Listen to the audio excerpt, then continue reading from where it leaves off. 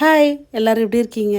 Rain rain go away come again another day அப்படின்ற மாதிரி தான். எனக்கு அனதர் டேலாம் வரவே வராது. இப்போதைக்கு நீ வேணான்ற மாதிரி தான் பேஞ்சிட்ருக்கு.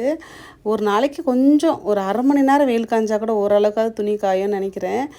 ஒரு கடமைக்கு காய வைக்க, திரும்ப எடுத்துகிட்டு போய் உள்ளே காய வைக்க, இப்படியே தான் டே போயிட்டுருக்கு. இன்னும் ஒரு மாதம் அப்படி தான் இருக்கும் போல்.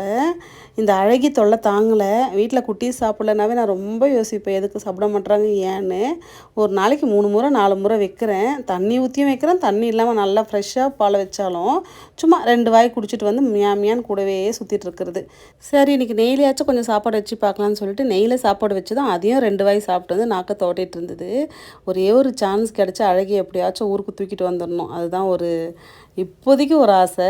ஏன்னா ரொம்ப அண்டர்ஸ்டாண்டிங். நம்ம என்ன சொன்னாலும் பொறுமையாக கேட்குறது, ரிப்ளை கொடுக்குறது, எது சொன்னாலும் ஆமாம் ஆமான்ற மாதிரி ஒரு ரிப்ளை கொடுக்கும்.